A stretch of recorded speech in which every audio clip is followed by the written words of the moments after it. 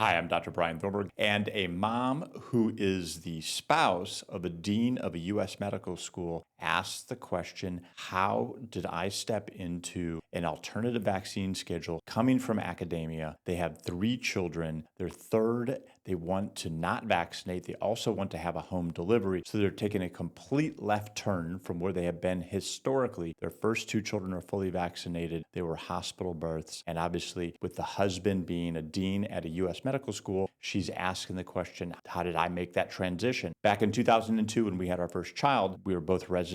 My ex-wife is a physician as well, and she approached me about having a home delivery. I initially asked, can you possibly do this without an epidural? Because what I do notice as a pediatric resident, when we had to attend all C-section deliveries that happened in the hospital, was that the babies who had mom who received an epidural were more sluggish. They were more likely to have some respiratory distress following delivery. And so my suggestion was, can we possibly not do this with an epidural, have a natural delivery, because we don't want our child to end up in the NICU? And her immediate response was, there's no, this is my body. There's no way I'm going to have a baby without some pain medicine if I need it. And I said, fair enough. It's your body, your decision, and I'll support you with whatever you would like to do. Then about 3 weeks later, with no discussion at all, she comes to me and says, well, I actually want to have a home delivery. I want to do it in the water, and we're going to use a midwife. So I was like, oh, whoa. So I now had to play catch up. She leapfrogged past me by a quantum amount and arrived at a water birth at home. To answer this mom's question is, you have to get in and you just have to roll up your sleeves and you have to do your work. You have to find out what makes sense to you when you choose to have a home delivery. You have to make sure that you are protecting that baby against bad potential outcome. So initially we started with a midwife, and unfortunately she had to step aside because there was a death in her immediate family. And so she was no longer able to move forward with the delivery with us. But during that time, we did shadow with an OB, traditional OB with hospital, just in case things went south. Ultimately, we did find a medical doctor who only delivered at home. And so he came to our house and he delivered at our house in a water delivery. So make sure that you take all the safety precautions that you need to. You don't want to, at the 11th hour, race to the hospital, don't know who your OB is going to be. You want to have somebody that you're comfortable with already. You don't want to add more stress to a potentially very stressful situation. You want to make sure that you have all your contingency plans mapped out so you can have a healthy, stress-free delivery. That just takes some education. There's a lot of good resources out there on making plans for a home delivery. Again,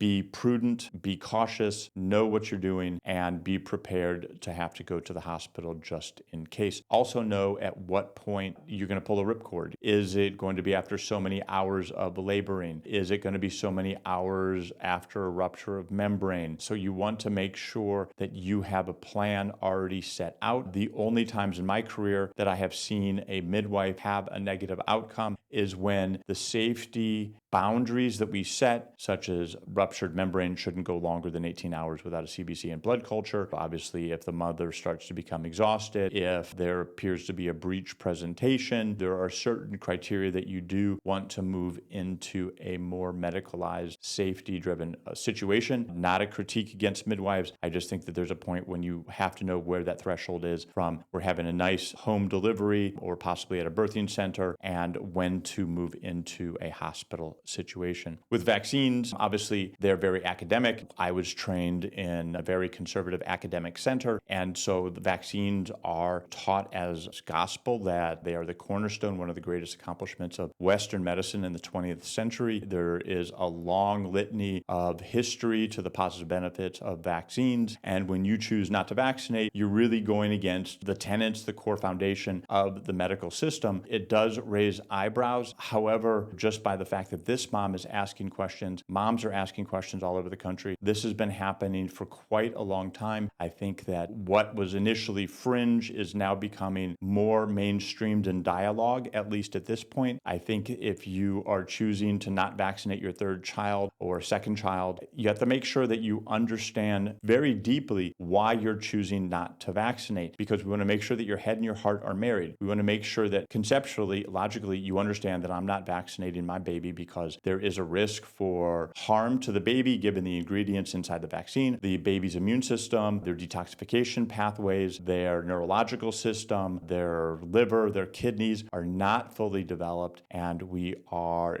injecting a lot of vaccines at one time, and there are and have been complications as a result, and there have not been adequate studies. You want to make sure that you understand logically why you are doing this. However, if something were to happen to your baby and you chose not to vaccinate and now they acquired a vaccine-preventable illness, you have to be ready for your heart to take over, and you know when feelings take over, logic does not matter. As a parent, you want to make sure you're doing your homework, you're understanding exactly why you are choosing not to vaccinate, because eventually the hangover that the heart cast because something bad happened to your baby will pass, and you have to, or at least my recommendation to my families are, make sure that you have an ability to land on such solid ground once the pain passes, because we do settle into difficult situations and things do heal. And we want to make sure that you're not regretful for the rest of your life, but that you know that you did the best that you could with the information that you had, and you are now standing on solid ground and you knew why you made the decision. That's how I would express the situation to this mom whose husband is a dean at a U.S. medical school. You're going countercurrent. Expect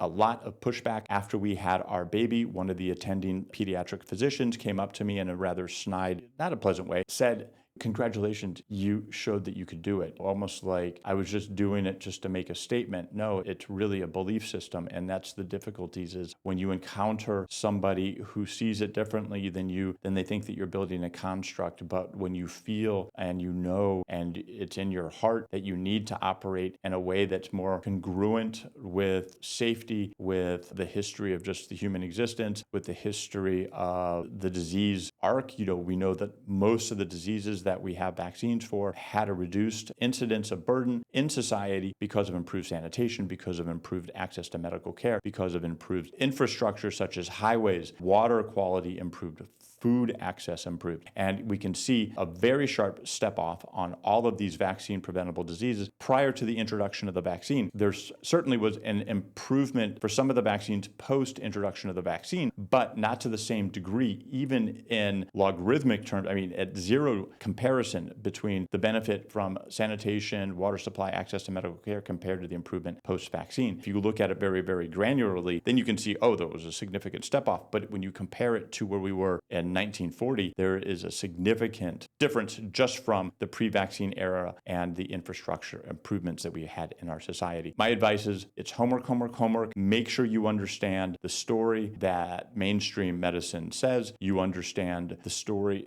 that actually should be the story based on the objective data, and that the story is not written yet, and always be prepared to change gears, because this is a never-ending process, and we want to make sure that we stay, as parents, open to changes that may benefit our family and never be so closed off that we become dogmatic on our end as the medical establishment is trying to do on this topic. Thanks a lot for watching.